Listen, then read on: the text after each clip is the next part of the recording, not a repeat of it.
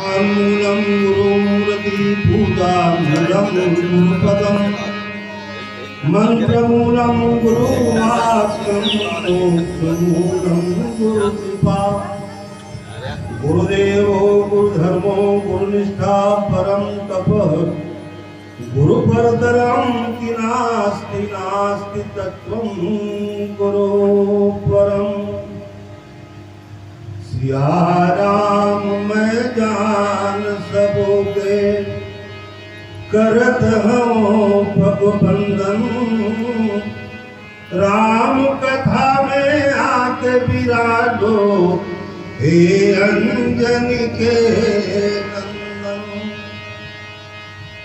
अपने अपने धर्म की सब काहों को वीर पीर सब धर्म की हे कृपा सिंधु रघुवीर। सिय सिय सुमिरत राम जी सिय सुमिरत श्री राम जुगल राम सब जीव जपी नहे परम विश्राम।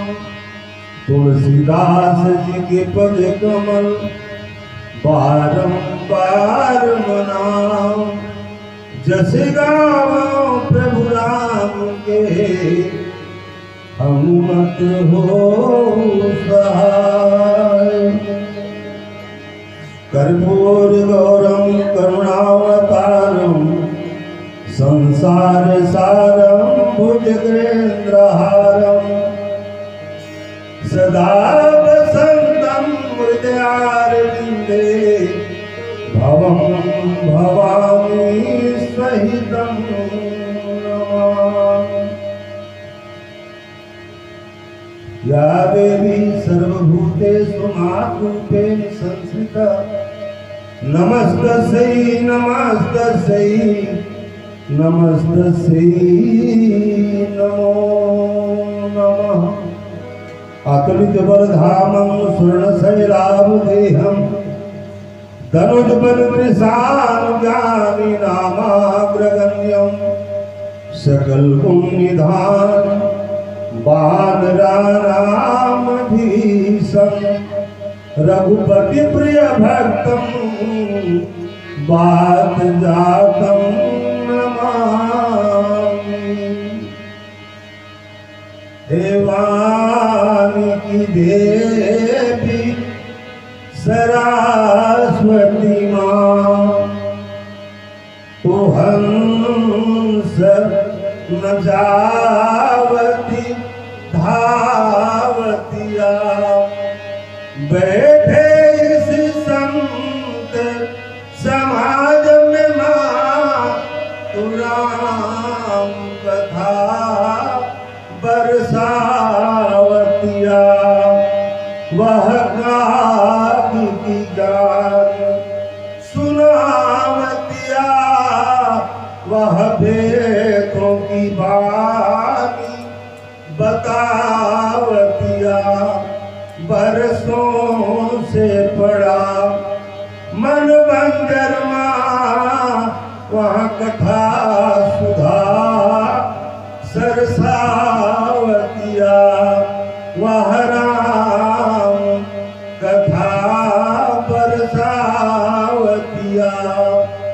श्यामल रामचंद्र की जय छत्रपति हनुमान की जय उमापति महादेव की जय अपने अपने माता पिता की जय अपने अपने गुरु गोविंद की जय गांव के देवी देवताओं की जय सब संतों की जय सभा में तुलसीदास की जय सतगुरुदेव भगवान की जय।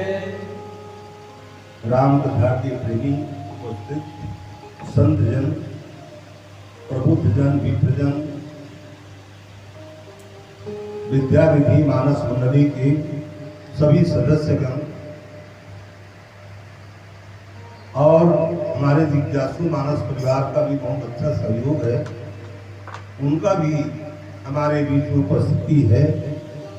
इन सबों को प्रणाम करते हुए सत्ता में करुणा में ममता में माताओं को भी प्रणाम करते हुए आइए पावन पर्व तीजा के महोत्सव में कुछ राम कथा का चर्चा करें, जिसको हमारे वेद पुराण में शास्त्र में कहा गया है। और शास्त्र में कहा गया जो वाक्य है वो सनातन की एक धरोहर है, और उसी धरोहर में हमारे जितने भी छत्तीसगढ़ के त्योहार हैं वो सब प्रतीक है।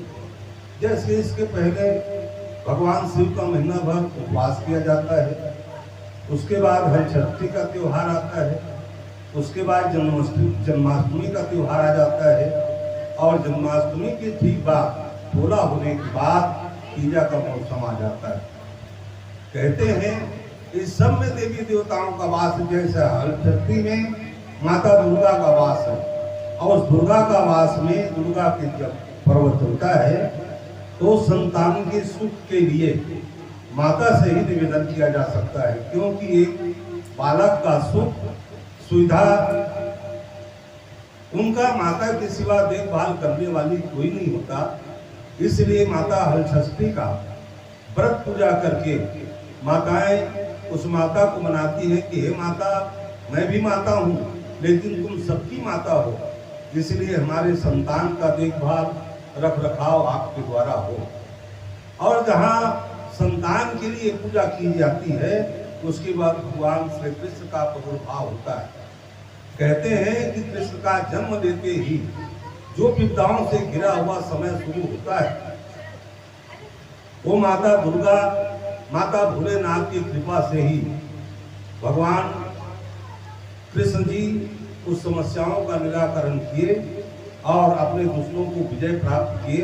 ये शक्ति का प्रभाव हमारे भारत भूमि में सनातन धर्म को विशिष्ट रूप से माना गया है, और उन्हीं के अनुरूप हम सब चलने का प्रयास करते हैं, जिससे हमारे आने वाली पीढ़ी सुखी हो, संस्कारित हो। क्योंकि ये छत्तीसगढ़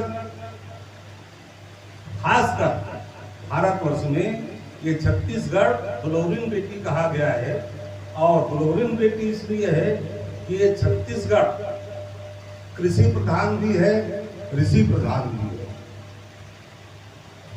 ऋषि संस्कार को पल्लवित करते हैं और कृषि प्रकृति को पल्लवित करते हैं। किसान जो है हरियाली का देवता है, मेहनत करते हैं, त्याग करते हैं, और हरियाली को सिंचित करके इस पृथ्वी को हरा भरा करने में, प्रकृति को नवजीवन देने में अपना सहयोग प्रदान करते हैं। उसी तरह से ऋषि जो होते हैं सनातन धर्म में, जो हमें सुख चाहिए,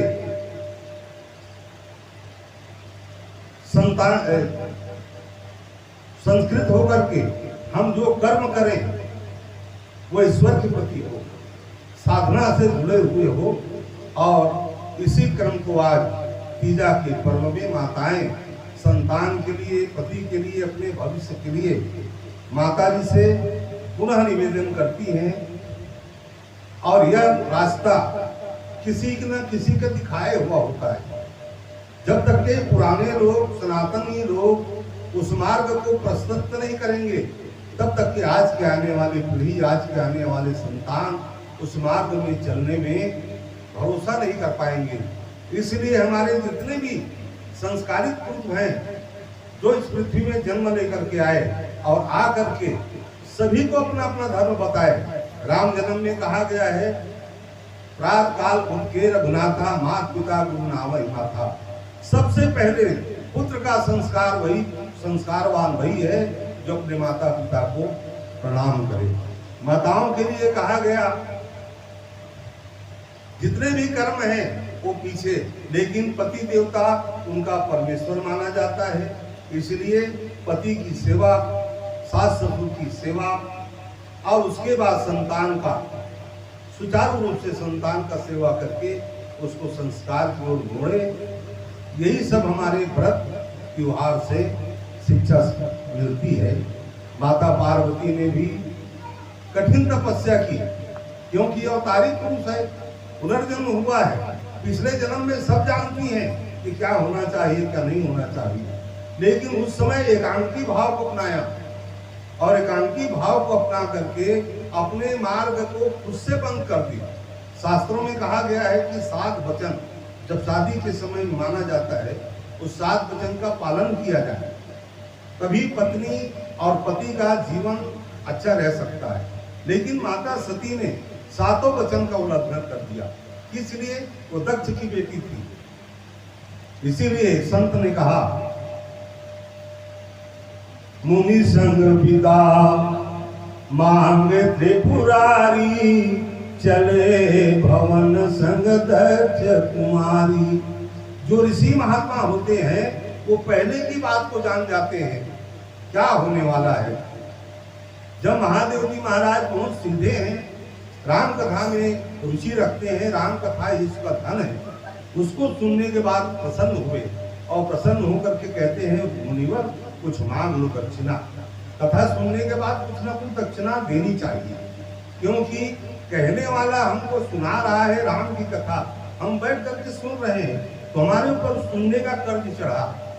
हमारे शास्त्र में जहां का कर्ज है वही उतार दो, कुछ न कुछ दे दो, तो वो क्या हो जाता है, वही दक्षिणा है। तो भगवान शंकर जी ने कहा कि आप भी कुछ मांगो।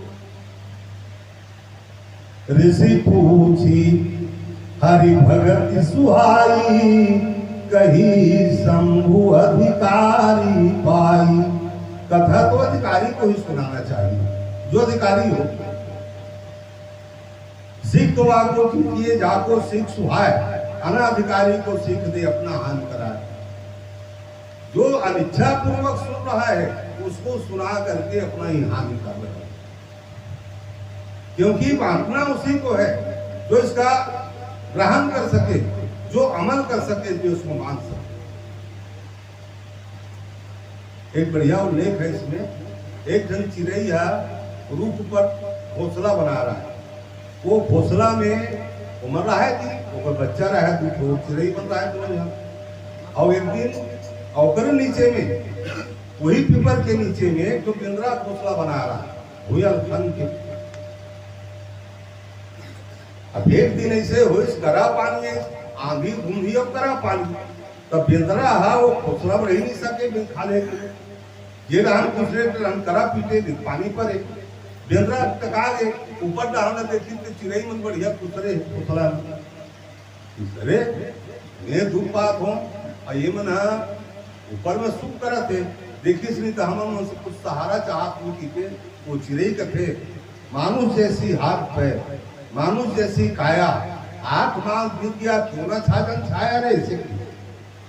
तो मिनखे जैसे हाथ पैर है, चाहते हमारे मन से हमारे मन को मुहूर्त के भरोसा है, घोंसला बनाता मुंह में। आज हम बने हैं और तो हाथ पैर बोल के मिनखे बरोबर है, क्या लस्य में मर गए, मुहिया खोद के रही के।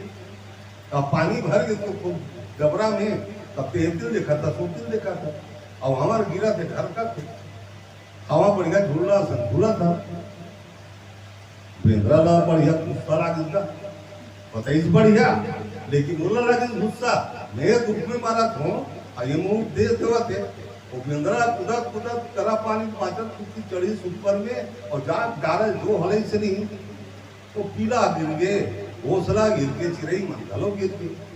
तो एकदम संत दिखत दिखते, सीख दुआ को दीजिए जाको सीख सुहाय, अनाधिकारी को सीख दे अपनी हानि कराए। जो अधिकारी नहीं है, ये वो शिक्षा से मतलब नहीं रखे, वो ग्रहण नहीं करना चाहे, वो शिक्षा देके बेकार। जैसे जो सती शिक्षक कोई प्रभाव नहीं हुई, कथा कोई प्रभाव नहीं हुई, लेकिन महादेव जी महाराज आप सुनो एक से प्रसन्नता है, मांगने में चल दी। यही सतीला पूर्व जन्म के याद है। अब पार्वती बने हैं तो गलती, 7 गलती सुधारना चाह, शुरू से जो गलती हो है वो सुधारे वह।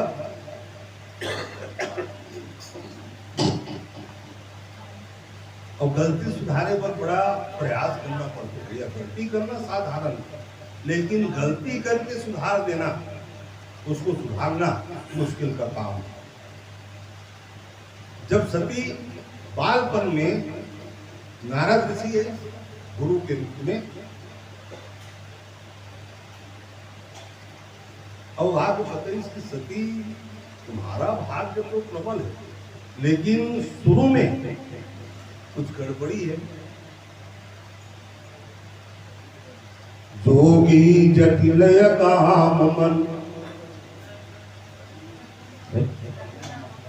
अगन अमंगल वेश, इस कहाँ पति मिलही परी हस्त यसरे। कि इसकी एक जो दुर्गुण है वो पूर्व से लिखा का है।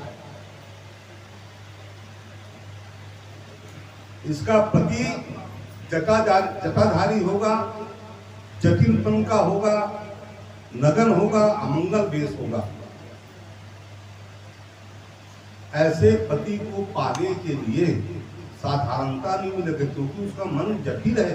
वो जटिल मन को पिघलाने के लिए, उस जटिल मन को अपने वश में करने के लिए बहुत कुछ करना पड़ेगा। अगर उपाय का है महाराज की तपस्या, जिसके बल से ब्रह्मा सृष्टि को रचता है, तब बल में शंकर जी संहार करते हैं, उसी तप के बल में विष्णु जी संहार करते हैं, सबका पालन करते हैं।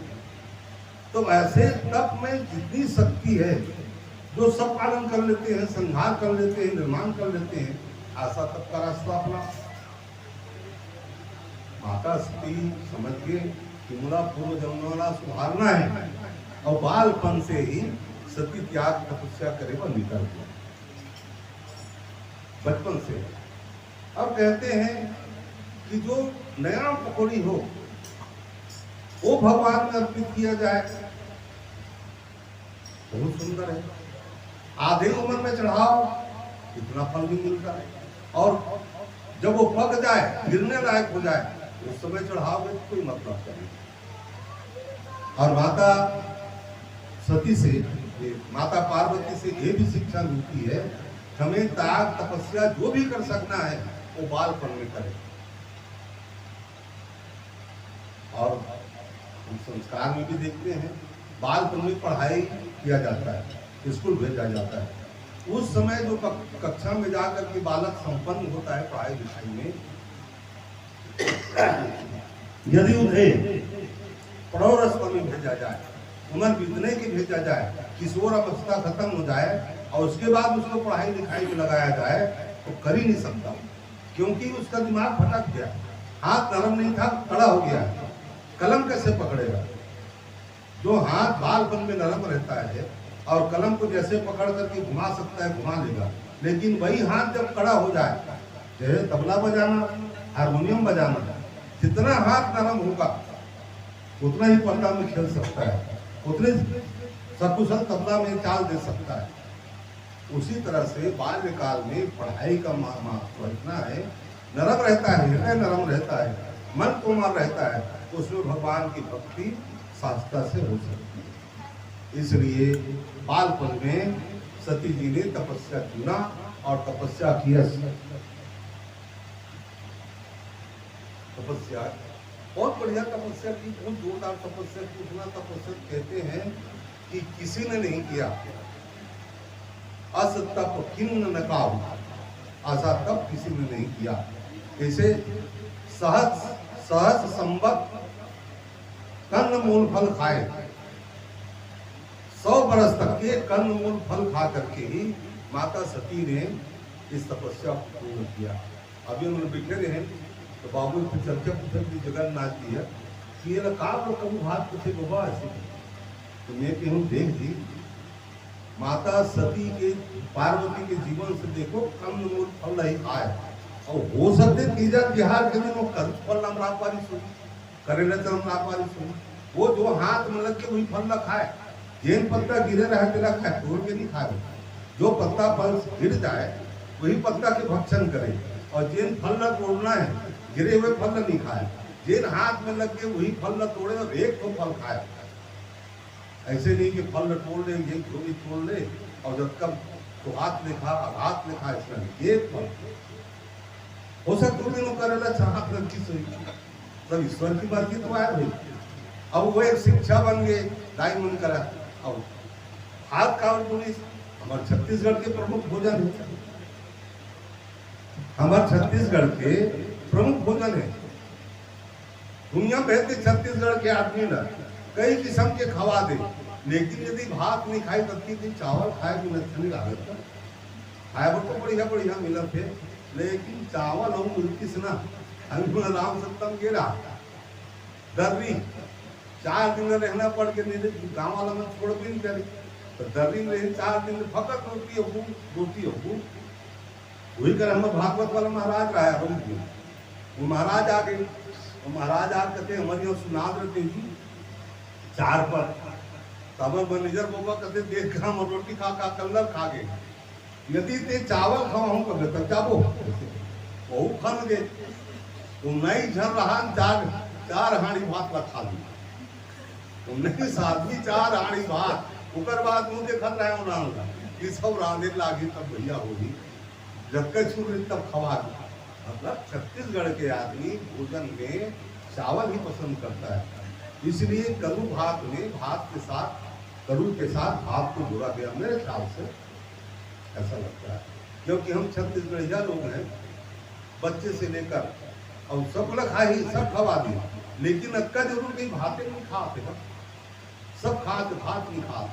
हमारा मेन आहार है, जब तक के चावल खाएगा तब तक तो ठीक है, चावल नहीं खाया तो समझ लीजिए चावल नहीं खाता।